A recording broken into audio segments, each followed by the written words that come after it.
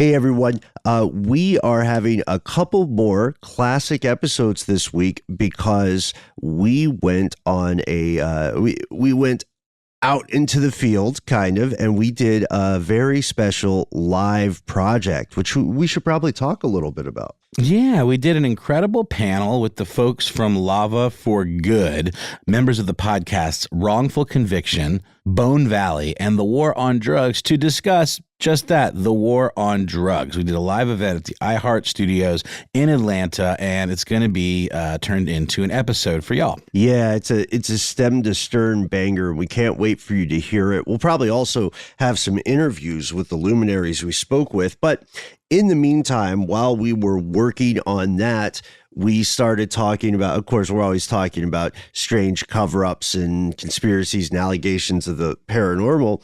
And in what we wanted to do this week is air a special two-part classic about cryptocurrency conspiracies. Now, this is back when Bitcoin still sort of had that new car smell, and our pal Jonathan Strickland joined us, which is part of the reason this is a two-parter. Yeah, now crypto just kind of smells.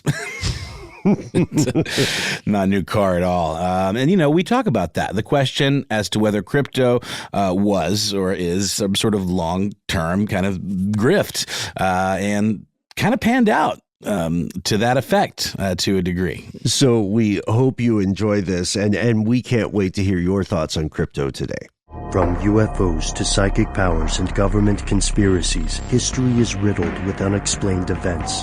You can turn back now or learn the stuff they don't want you to know.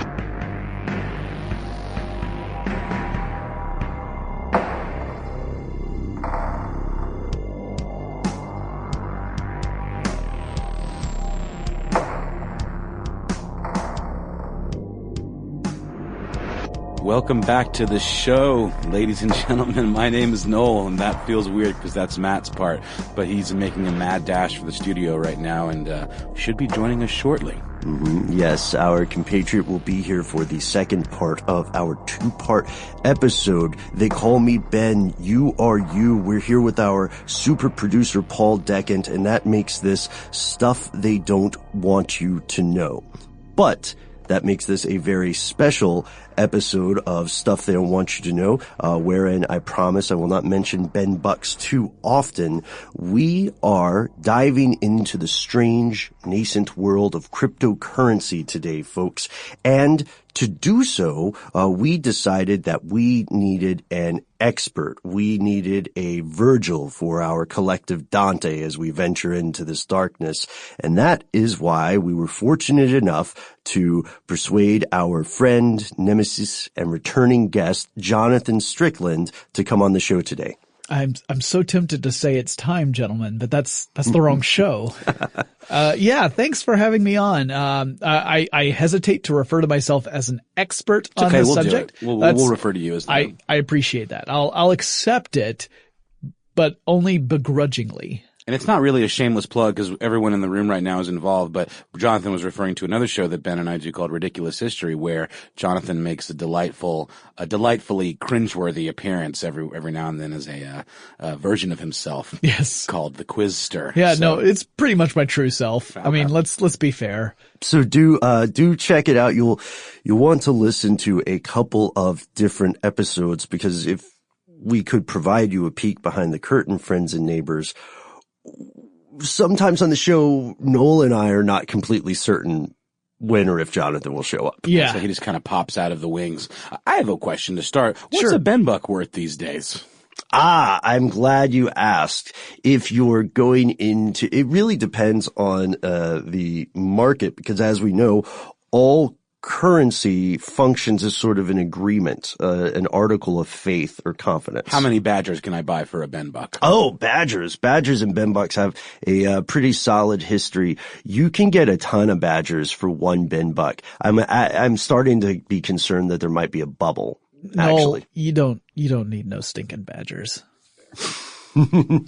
So that's an interesting question. Thank you for plugging Ben Bucksnell. Well, of course, I think that should be the next big currency. But for now, we're just going to have to settle for Bitcoin, which today is worth $10,904 per Bitcoin. Which is kind of crazy because it was not that long ago that it was worth almost twice that. It is, that's one of the things about Bitcoin in particular and cryptocurrency in general that I'm sure we'll cover in this discussion is its volatility. Yeah, because the value that Noel just provided us here at the top of the show will almost certainly be different by the time the show publishes and may well be different by the time we're done recording. Absolutely. Yeah. In fact, that's a big problem with cryptocurrency, but I'm sure we'll get into that as well. Let's get right into this. Sure. First off, what's a cryptocurrency? What's this fancy term you're throwing at us? So you guys know the concept behind cryptography, right? That you've got essentially some method of encoding information. Someone else has that method of decoding the information, and that way you keep the information safe between the sender and the recipient. If anyone intercepts it, they can't do anything useful with it because they lack the ability to do that decoding. Typically we do this with things called private and public keys.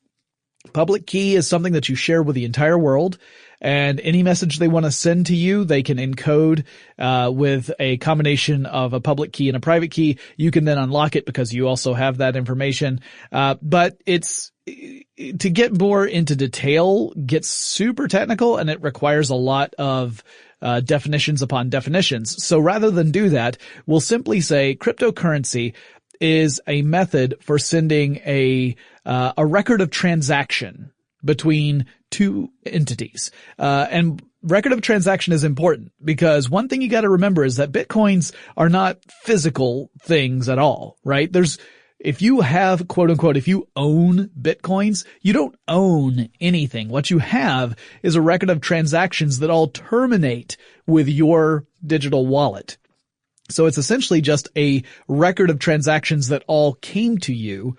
And that is what we mean when we say I own like 7 Bitcoin. What it really means is I have a record of a accumulation of 7 Bitcoins that all terminated with my account.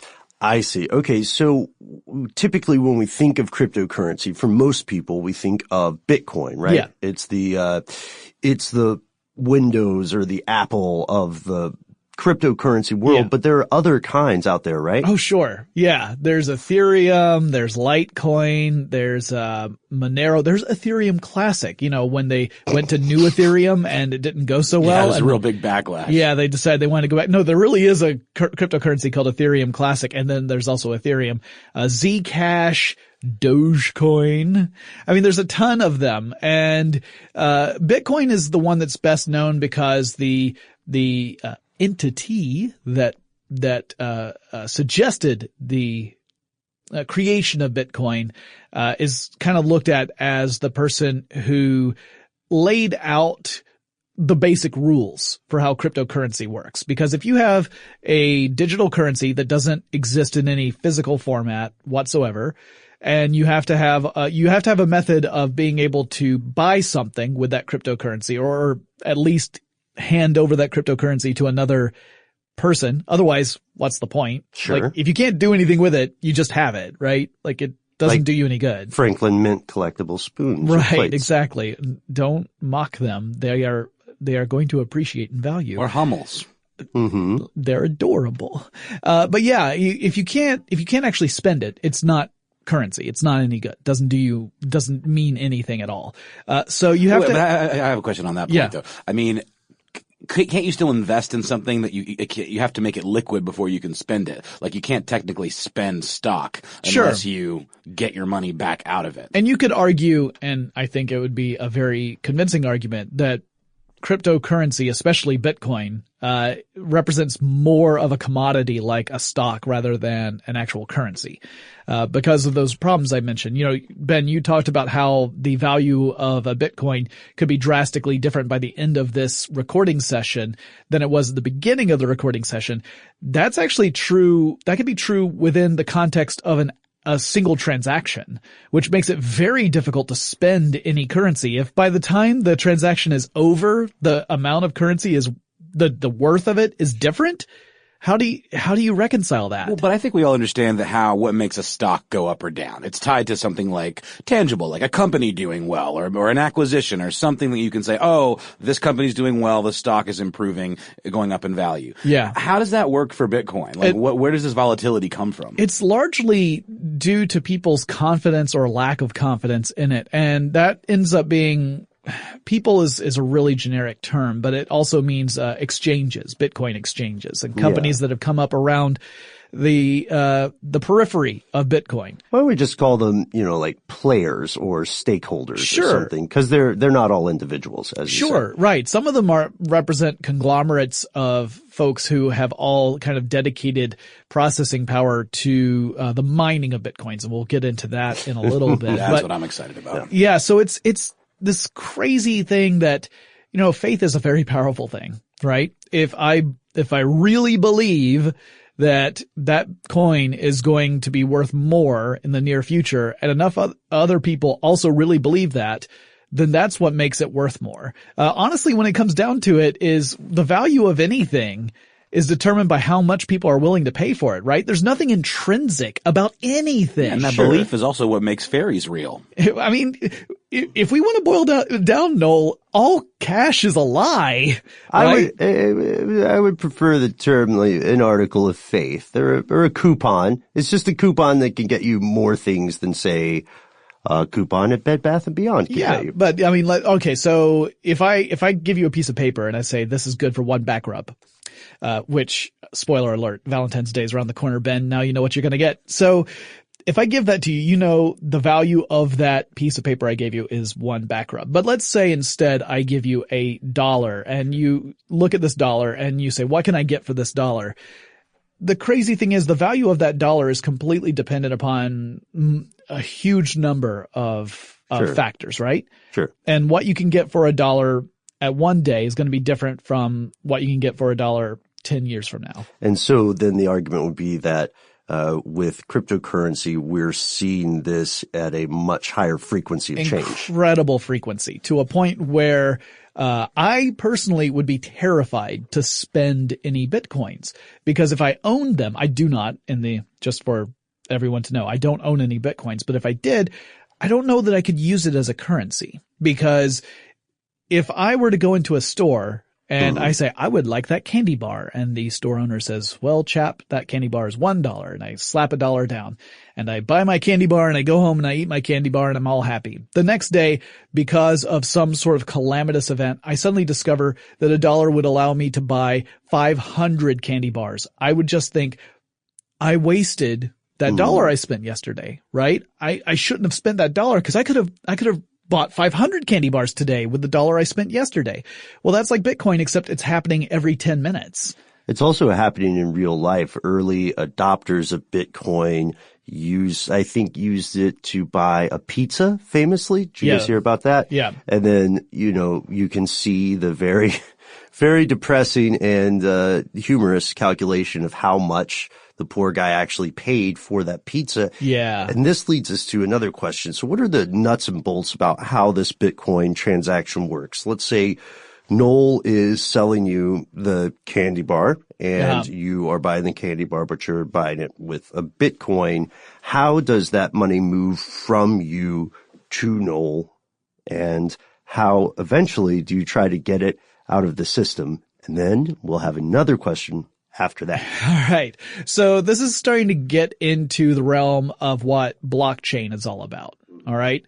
And blockchain is, in fact, the technology, the idea that Satoshi Nakamoto was really talking about in the white papers that he, they, she, whomever Satoshi Nakamoto really is, published back in the first decade of the 2000s. So what I would do if I were buying something, if I was giving Noel some amount of Bitcoin, is that there would be a transaction, and in that transaction would be some pieces of data that would include the public key, the private key, or I use my private key to sign off on this transaction. That kind of creates this code. There would also be Noel's address for his wallet, because there has to be a place for this to go. And then that enters into a shared ledger. that is across the entire Bitcoin network. So when you think about Bitcoin or any cryptocurrency, there is a network of computers. It's might be using the internet to send information back and forth, but it's not the same thing as the internet. It is its own little network within the greater realm of the internet. Everyone running the software is able to actually take part in this. That transaction enters into a ledger of all transactions of all Bitcoins that have been generated so far. Ever. And then the various computers out in the network are all working on a very, very difficult math problem in order to verify the transaction. This takes about 10 minutes per block of transactions. Once that 10 minutes passes and someone out there has solved the problem, they are rewarded. This is the mining process where there are new Bitcoins that are actually generated in this process until the ultimate number of Bitcoins has been created. At that point, no more Bitcoins can be mined in that way. But, that's the compensation that you get for mining. You, if you solve it, get those extra Bitcoins. You also have said, hey, I've just verified that transaction because I solved this very difficult math problem that was created through this record of transactions tracing all the way back to the very first ones. And now this new block can be put on the end of this chain. So, that's why you have this technology called blockchain. Each block is a block of transactions that have been verified by the various computers running on this system. And once you have solved that block, which takes on average 10 minutes to do, it gets added to the chain, which is again shared across all computers. So everyone knows, that the transaction took place. Now they don't know the identities of the people who spent and accepted the money. Which is going to be important later. Right. That's all anonymous. But they know that the transaction happened. So in a way you could argue they know the accounts involved. They just don't know who those accounts belong to. You hear a lot about people losing Bitcoin or like having bought it on a lark like years ago. And then all of a sudden they're like, oh my God, I heard an NPR story about a guy who's like, I bought this Bitcoin and now I realize it's worth a whole crap ton of money. And the NPR reporter went with him and helped him dig through his attic looking for a particular hard drive. Right. Why is it that specific? When I buy something, I would think there's a record in the cloud. I would need a record on a physical drive. What's the deal there? That's part of the idea of keeping this secure so that you and you alone have access to that cache, right? If it's something that just exists in the cloud, then arguably with the right kind of technology, you would be able to access that information and be able to take advantage of it and spend Bitcoins that are not your own, right? That's one of the protections is there are two things the blockchain needs to protect against. It needs to protect against you spending Bitcoins you don't actually have, or you spending the same Bitcoin more than once. So, for example, if I have one Bitcoin, or the transaction record really, of one Bitcoin in my personal wallet, and I set up a transaction with you, Noel, and I send that Bitcoin to you, and you accept it immediately before the transaction can be verified.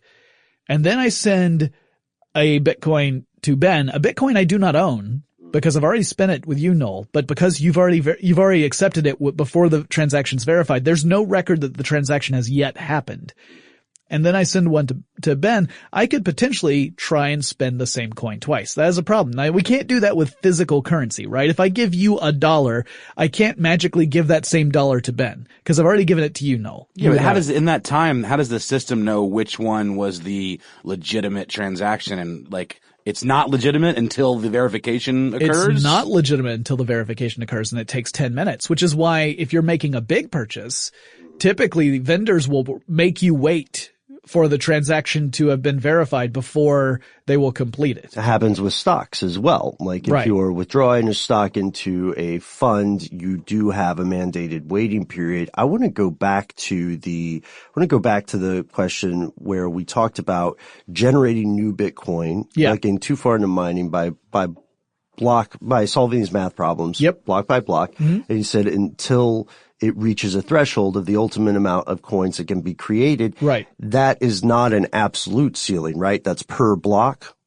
Oh no, there is eventually an absolute ceiling that once those Bitcoins have been mined, there will be no more Bitcoins ever mined. That you get to it's somewhere in the 20 million range of Bitcoins. Once you hit that, that's it. But you might ask, well, if verifying transactions is how you earn extra Bitcoins. Mm-hmm. And that's why people are interested in dedicating their computers to doing this. Like they're earning money this way, right? They're earning Bitcoins and that represents wealth. That's an incentive to be part of this group.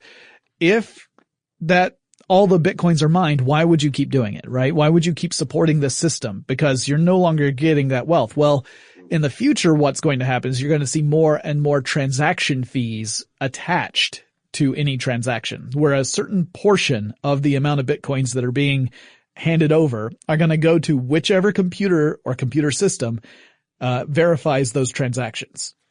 So that will perpetuate the system even after all the Bitcoins have been mined. And this leads us naturally to a couple of other questions, namely what these things are used for, because we have a candy bar example, which works to explain it, but that might not be the reality we see on the digital ground. And we'll explore this after a word from our sponsor.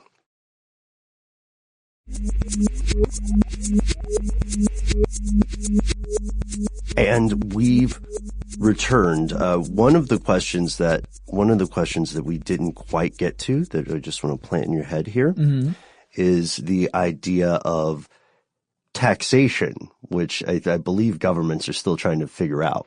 Like pull this out.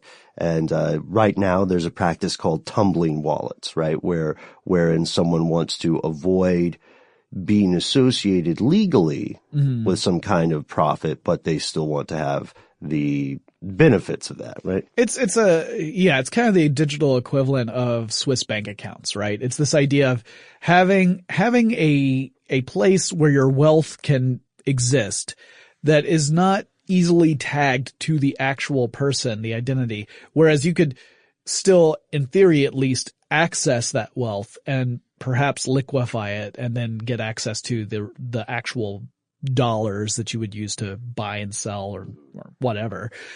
This gets really, really complicated. It's a tricky thing to talk about because you're talking about something that you've manufactured, to have value. I mean, that's the only purpose of Bitcoin, right? Is that it has to have value. And why does it have value? Because people buy into the fact that it has value. People dedicate ridiculous amounts of processing power to try and solve those difficult math problems. You know, I said that it takes 10 minutes to verify transactions. That's by design. The math problems are only as difficult as they need to be for the amount of computing processing power there to solve them within about 10 minutes. So if you were to see a sudden drop off, let's say people just realize like, I'm losing more money running this gear than I am getting in Bitcoin. It's actually more expensive for me to mine than I'm gaining in what I'm getting back. You would see a lot of processing power drop off from the system. The problems then would become easier to solve so that it wouldn't require so much processing power, and the amount of time it would take to verify transactions would remain 10 minutes. So on the flip side, if more and more processing power comes onto the system, then the problems get more and more complicated, which means that the average person running Bitcoin processing stuff on their little laptop computer has no chance really of having the machine that actually solves these math problems, because elsewhere you have massive grid networks of computers all doing it. So very complicated stuff. Meanwhile, you've got the other people who are saying, I want to use cryptocurrency in order to purchase things, to sell things, and to accumulate wealth without any sort of central authority being involved whatsoever, because I don't think that it has a place in that process. Okay, so no central banking system. Right, no governments, nothing like that. Like, in fact, that was one of the key elements of the design of cryptocurrency, was this decentralized approach. You've actually democratized it across a network of computers all running the Bitcoin currency. But how is it legal? Well, I mean, if you come up to me, Noel, and you say, hey, Jonathan, I really like that coffee mug. Would you accept this pen for that coffee mug? And I say, yes, who's going to stop me? But I'm just saying, like, how is it taxed? Like, there's no way to... There's not really there are a lot of countries out there that are attempting to find ways to tax this. Because when you're talking about very small amounts, like small personal transactions, like if I'm like, hey, Ben, can you spot me a $5 so like I can something get you this do with Venmo or something, right? You know, something like that. No one cares, right? It's tiny little stuff. Bitcoin though can represent enormous purchases if you have enough of the currency and the thing you want is available on one of the markets. Sure. That's where people start to pay attention, and the fact that, again, the volatility of the value of the currency means that someone who started off with a relatively small investment early on could end up with what is much more valuable a little bit later. And then you got governments saying, how do I get a cut of that? Yeah. Additionally, what we're seeing, I would argue, is a common practice that we've explored in the past, both on your show, Tech Stuff, available wherever you get your podcast, and on Stuff They Want You Know in past appearances. And it's this, that technology is inherently disruptive and legislation typically lags behind in terms of, like, we invent as a species, we invent these astonishing things, and then we spend the next few decades figuring out how to handle it or the implications. What are the rules? Right. Like, were we ready for television? Yeah. Or a disruptive ride sharing service that completely undermines an existing industry, that sort of stuff. Yeah. Well, in this case, also you got to remember that Bitcoin is a global currency, right? It's not something that's innately tied to a specific country, even though it was created in the United States. It could be used anywhere. And that also brings up a host of problems, because suddenly you're talking about, well, it's like whenever anyone talks about taxing the internet. Well, how do you do that? The internet isn't just a thing that resides in one geographic region. It is global in nature. And that's been something that's been a difficult problem to solve for lots of countries, even for just regular transactions that don't involve cryptocurrency. You know, you talk about, like, how do we legislate that for other types of goods and services that are going to cross international boundaries? It's tough. Check this out, Jonathan. I just found this page that does a comparison of, like, there's these specialized pieces of hardware for mining Bitcoin, which is really interesting. And it gives you, like, so this one here is called the Antminer S9. It's $2,000 and supposedly will yield you about 0.3603 Bitcoin per month. Yeah. And I just wanted to point out too, this might be stating the obvious, but you can own part of a Bitcoin. Like, it's not an all or nothing thing. You can have little fractions of sure. Bitcoin. Great point. It could be divided way, way, way down, like to a millionth of a Bitcoin. And I think we're going to save a lot of this talk for the next episode. But this chart for this piece of hardware has these stats about, processing power efficiency is a big thing, because these tools running constantly, they cost you money. They cost you money, but they also use a lot of juice. Yeah, that's the thing, is that while you're running it, you're running up your electricity bill. I mean, you actually do have to start looking at that, thinking, what are the statistical odds that I will earn a Bitcoin running this equipment? Because it's not a sure thing, right? Even if you buy this stuff, there's no sure thing about you actually earning those Bitcoins. Because if another entity out there does it first, you're out of luck. Right. It's first past the post, right? No sharing. And even if you were to somehow tie with someone else, let's say that I'm running a massive Bitcoin mining operation, and Ben, as my arch nemesis, you are also running a comparatively large Bitcoin mining operation. I call it dark blue. It's a supercomputer. It's not deep blue, because I'd get sued. I call it berry blue jeans, because I'm a big fan of the Adventure Zone. And so we both are trying to solve this problem. And let's say that we both end up solving the transaction block at the same time. Within the world of Bitcoin, both of those blocks will exist simultaneously. Neither of us will be rewarded with any Bitcoins yet. What? What'll happen is then the system's looking for whichever chain gets the next block first. And whichever chain is the longest becomes the verified chain, and the other person loses out. Oh, wow. So it's a constant race. And it might mean, I mean, it's very unlikely to happen, but it might mean you could see it happen a couple of times before someone's able to create the longest chain before the other one. And that becomes the one that the entire network accepts as the verified ledger. And then all those Bitcoins would go to that particular mining operation.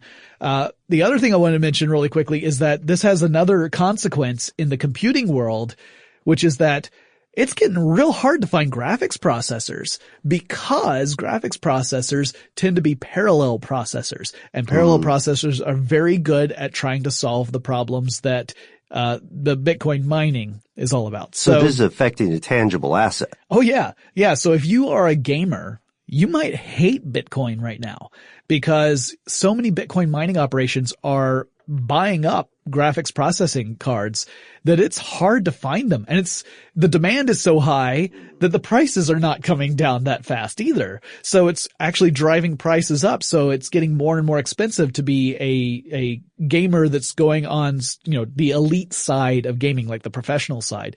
It's hard to build a state-of-the-art rig with the best equipment because the Bitcoin mining industry it's just jumping on those graphics cards as soon as they're coming off the line. So that's a disadvantage of this currency. Oh, there are a lot of more if you want to talk about it. And it sounds like, I think, Noel really hit on some of the advantages too.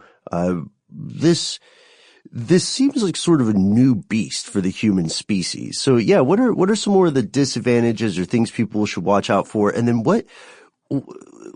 what are people actually buying with this stuff? Excellent questions. So, we've hit on some of the disadvantages, the idea that the volatility in price makes it difficult to spend. People are starting to treat it more like it's, like a accumulation of wealth that they don't then liquefy. They just keep trying to accumulate. Well, ultimately, if it's just a currency or if it's meant to, actually be converted into some other form of currency, that'll eventually collapse in on itself, right? Because you can't sustain that indefinitely. If no one is parting with anything, then at some point you just say, well, now it's not, oddly enough, it's worthless, even though everyone's valuing it so highly because there's no exchange happening. This is momentum dependent. Yes. So there's that. Part of it, one of the other disadvantages is, again, I mentioned that the transaction time can be so long that the value can change. And that's creating difficulties when it comes down to actually trying to use the cryptocurrency for what its intended purpose was. When you hear currency, you're thinking that's a unit of exchange so that I can hand over something that we have both agreed upon has a certain amount of value for a product or service that is of an equivalent amount of value. And then we can have that transaction. If that value is fluctuating so quickly that by the time I finish saying thank you, that it's worth a different amount, that becomes an issue again. So, big disadvantages there. On the advantage side, assuming that you've got a nice stable value to it. If everything's working correctly. If everything's working as it was intended to work, then it's decentralized and it's anonymous.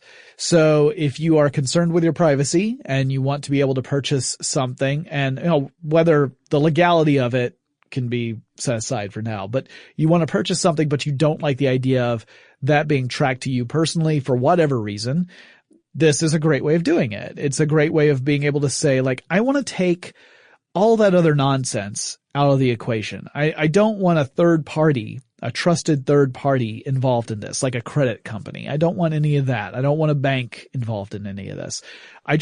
All I want is to be able to have an agreement between two entities. Maybe it's two people, maybe it's two businesses. It could be any combination thereof. I just want to have that transaction be as simple as possible. And we both agreed upon what the value is. We both agreed upon how many units of this currency it should represent. And the transaction happens, and that's it. So libertarians would love this. Yeah.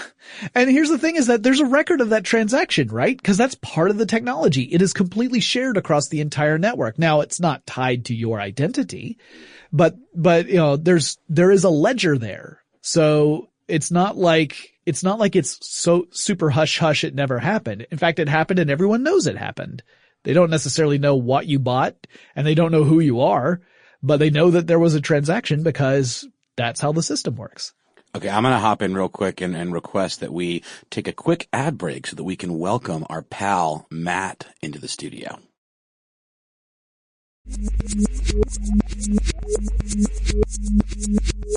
Here's where it gets crazy. On a couple of different fronts. Yeah, I know, because I'm here now. Yeah, some things change during the ad breaks, folks. Hi, I'm Matt. Hi, Matt. I'm usually here, and now I am. I did your part at the beginning of the show. Oh, it was nice. weird though, because I kind of did it in your voice. Yeah. And I felt kind of hollow inside. It also took about 15 seconds to get him going. It was kind of like starting a dead car. I just had the dead eyes. I was just like, what? Oh. Welcome to the after ad break. So we are very glad you're here. Oh boy. Hey. So you came at the right time too, my guy, because we are now diving into one of the things that off air we had talked about, the three of us, and planned to ask Jonathan today. Jonathan, we said we've agreed that Bitcoin's probably the most famous cryptocurrency out there. Sure. By far the most market capitalized. Sure. Even 50 Cent, Curtis Jackson, recently found $8 million in Bitcoin that he forgot he had. Just like in his digital couch cushions. Yeah. Whoa, after the drop or before the drop? Recently. So who knows how much it was. Yeah. What time of day is it right now, Matt? That story is interesting because, like, again, we were talking about earlier how you have to accept Bitcoin for transactions for it to have value. And Mr. Curtis Jackson, 50 Cent, totally did that for a record that he put out that I don't think sold particularly well. I think he ended up with somewhere in the neighborhood of 700 Bitcoin or something like that. And yeah, now he's, and he had declared bankruptcy, and now he's sitting pretty, at least, as we record this podcast. Yeah, assuming that you can ever liquefy your assets, then that's awesome. So is that a question? Like, is it possible that you couldn't? Yeah, it's absolutely possible. It's absolutely possible that you could end up with an amount of Bitcoin, and then you try to go and liquefy it, and then no one's willing to actually give you the cash that the market says that Bitcoin is worth. That's a possibility. Yeah. No, we could. I want to save stuff for. I know we're doing a part 2, yes. so I'm not gonna go into talk about whales. We'll talk about whales later. Okay, great. For now, we need to figure out who created Bitcoin. We talked about you've heard the name, listeners, Satoshi Nakamoto. But here's the thing about Satoshi Nakamoto: people are pretty certain it's a pseudonym. Yeah. No one actually knows who this person is, or if this is just a moniker used by multiple people. And we have a real life Kaiser Sose-esque figure in the world of cryptocurrency. Now, first of all, I would argue that at least one person does know who he is. That is incredibly likely, but how hilarious would it be if that person did not know that they were? If you were to tell me that Nakamoto. the white paper on blockchain currency was ghost written by some random code and that there is no Satoshi Nakamoto, I would have my brain melt out my ears. I would go see that movie. And we would start writing the script, I think. Yeah. In fact, trademark, copyright. So what do we know about this?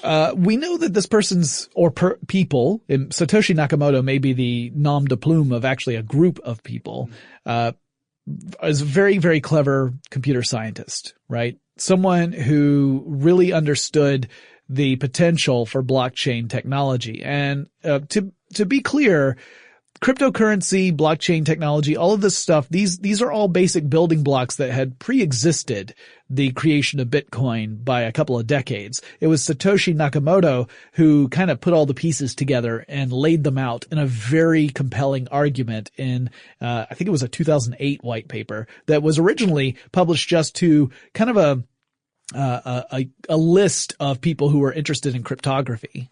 What would have been a previous use for that technology? Well, there are all sorts of different uses for it. You talk about peer-to-peer network. So that's how the Bitcoin, operations work. Peer-to-peer network is a way that you can transfer files across, a group of computers and Napster? Napster's or Scour, if you want to go old school. Is it more like the swarm model though? Kind of like, BitTorrent, where you have everyone has a piece of it and it all kind of comes together to create the whole. Well, yeah, where like if I have started to download a file and someone else wants to download that same file, they might start pulling some of the data that I'm beginning to accumulate in mine, as well as other parts from other parts of the network. This speeds up the process overall. It's a totally legitimate way to distribute files. However, it has been used extensively for the purposes of piracy, which is why it gets a bad name. But that's one element, for example, of Bitcoin that pre-existed Satoshi Nakamoto's paper. Now, as for Nakamoto, him, her, or themselves, as you say, we don't really know the identity. There was a story in 2014 of a guy in California named Satoshi Nakamoto. He actually has the name, and everyone was saying, is this the Satoshi Nakamoto? That poor guy. Can you imagine? Yeah. He said, I am not that guy. He was, to complicate matters, computer scientist living in California. Oh. Yeah. So a lot of people came up to him and he's like, no. Well, there was another computer scientist who was living not too far from the real world Satoshi Nakamoto named Hal Finney, who also could have potentially created the cryptocurrency. He was interviewed. Finney, however, it's difficult to communicate with him. He's locked in. Okay. He lacks the ability to move and communicate the way the average person would. So also very coy with this, very coy about his potential involvement. There have been people who have said that there are essentially 3 human beings in the world who potentially could have created Bitcoin. There are, by the way, more than 3 people who have been associated as possibly being Satoshi Nakamoto, but those 3 people would be Nick Szabo, Wei Dai, or Hal Finney. So there's this belief that it could be one or more of those 3. There's other folks. There was a guy in Australia, Craig Wright, who for a while was claiming to be Satoshi Nakamoto, saying, yeah, I'm the one who came up with it. That's my pen name. And then he said, I can even show you how those first transactions happened. And he started to demonstrate, but then people said, well, technically, if you just have enough know-how, you could probably just recreate this and make it seem like you were the one behind it, but you're actually just replicating something. And then he kind of backed off. Hoax. But this isn't hacking. This isn't illegal. There's no reason to be anonymous other than just to maintain the mystique or not want people to mess with you about it. No, or is I'm asking. there? Oh, there absolutely is. Yeah. There absolutely is, because Satoshi Nakamoto likely holds a significant number of Bitcoins. And so if you are the owner of a massive amount of wealth, one of the things you might not want to do is draw attention to the fact that you created wealth out of nothing. Like Vladimir Putin. Yeah. So if you go out and you created his wealth out of his shiny pecs. Yes. and riding of horses. If you create a cryptocurrency, which, you could say, all right, well, if we take a big step back, before you created Bitcoin, there was no Bitcoin. You created Bitcoin. People bought into the fact that it has value. You created value out of effectively nothing. Mm-hmm. And you made yourself incredibly wealthy through the process of doing this. And you're the one who understands how the whole system works, which raises questions in some people's minds. They ask, well, is there any way to game the system? Surely the person who created it would know a way of doing that. The whole purpose of the system, by the way, is to make it very, very, very difficult to game the system. You would have to have 51% of the computing power to do it. Now it is difficult. Yeah. But at the beginning, there was no one else doing it, right? Also not subject to any government regulation, right? Mm-hmm. So you've no way of actually backing up your wealth in this system. And if you get screwed, then it's over. There's no FDIC. And that has happened with exchanges going under, right? Like the system itself is secure in that you don't have to worry about someone attacking the blockchain directly. It's impractical because it's too much computing power. But you could attack an exchange, and people have attacked exchanges. We've heard about, essentially Ocean's 11 style heists only on the digital scale, where thieves aimed at various companies that they essentially provided digital wallets. This is the reason why you'd want to put it on your own hard drive rather than on someone else's machine, because you get enough Bitcoins all in one place, that's a prime target. Sure. So that's where we see the weakness in the system. It's not in the currency. It's not in the transaction process. It's in the storage end of it. That's where the weakness is. Question. Yes. So before we lose too much about Nakamoto, we do know some of the claims that Nakamoto made themselves. Yes. Claimed to be a male living in Japan, born in 1975. Right? Yep, that'd make him my age, the jerk. Wait, are you Satoshi Nakamoto? Dude, would I be here? Yeah, we're great. We're a lot of fun to hang out with. Dude, we were going to invite you to go play laser tag later. That's a true story. Oh. Well, I mean, I appreciate the compliment, but I am definitely not Satoshi Nakamoto. Yeah. All right. Well, I wish I could cop up to, say like, yes, I'm living a very under the radar lifestyle. Where pretending to be Japanese. Yeah. On the I'm not internet. doing my caviar dreams stuff, at least not openly. Yeah. No. Are you allergic to caviar?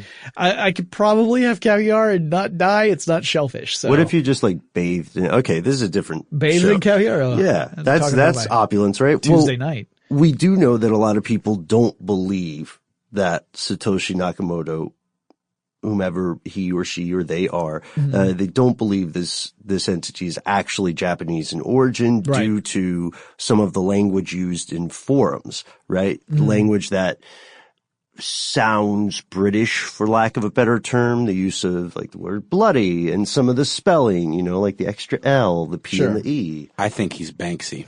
I think he's Banksy. I remember this conversation. We also know that, some people say it was unlikely to be Japanese, or they were unlikely to be Japanese because the software itself was not documented or labeled in Japanese. Well, yeah, and there's a lot of circumstantial evidence that points to it being someone outside. Most theories, pin Satoshi Nakamoto's identity, assuming that there's just one. There could, like I say, there could be multiple people who all just use that as their group pen name. Most people think that we're talking about a European or American computer scientist who was ultimately responsible for putting together the whole shebang. Or a time traveler. Or a time traveler. They came back to begin the currency that would one day. They had two things to do: stop the Large Hadron Collider and launch a cryptocurrency. So we have a wealth of candidates for the real Satoshi Nakamoto here, and honestly, in some circles, I think people are just picking folks they think of as highly intelligent. Like we all saw the scuttlebutt about Elon Musk. Someone's like, you know who has enough time to do this?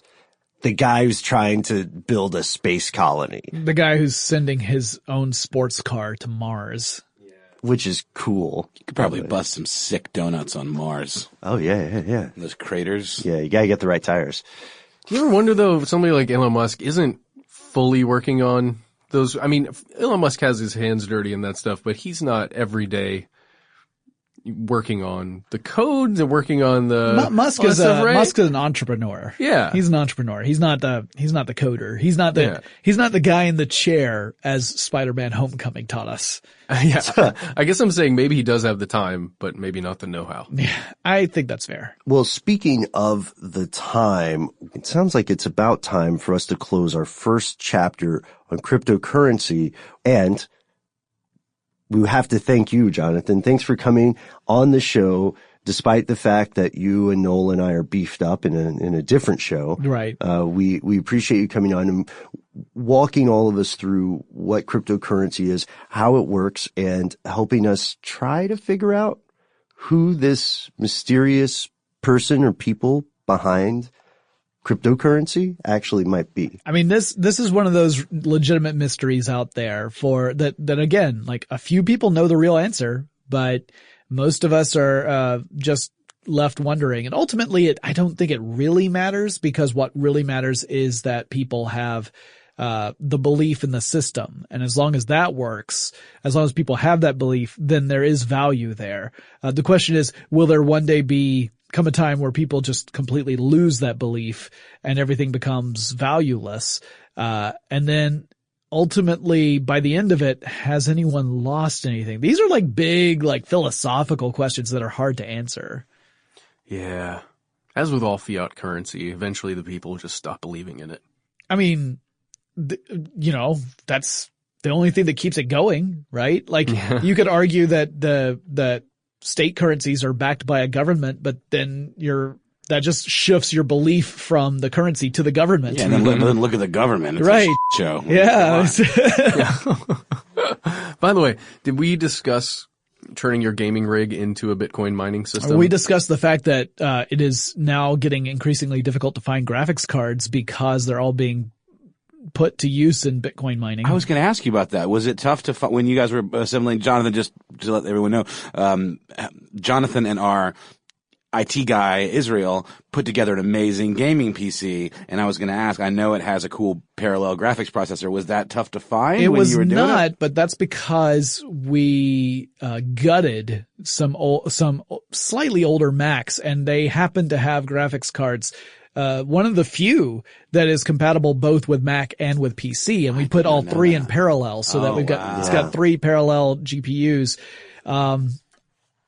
So I'm rich now, but I still can't get a chicken dinner. You're graphics rich, baby. Yeah, that's right. Chicken dinner, another thing that has been severely affected by Bitcoin. Yeah.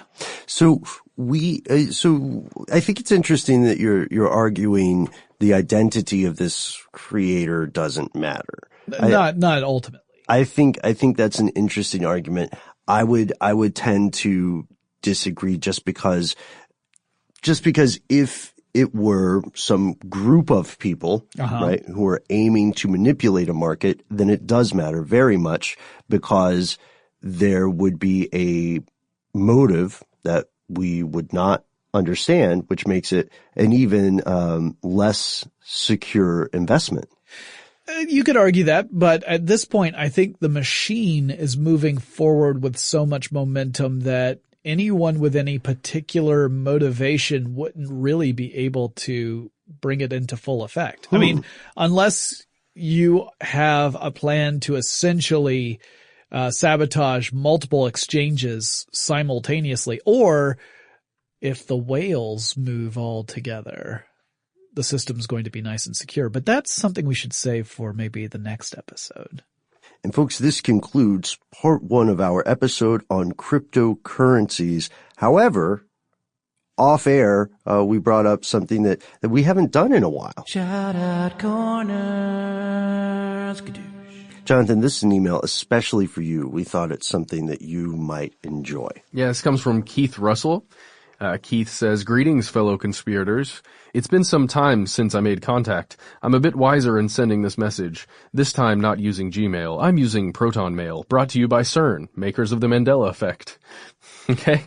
This email and the incantations therein is being typed on privately centered keyboard, hosted on encrypted servers, and being sent through encrypted packets via VPN. Why am I taking such precautions? Because of advanced persistent threats. We have known about the APT for some time, but we now have a rare glimpse into the operations one such APT, Dark Caracal? Caracal? C-A-R-A-C-A-L.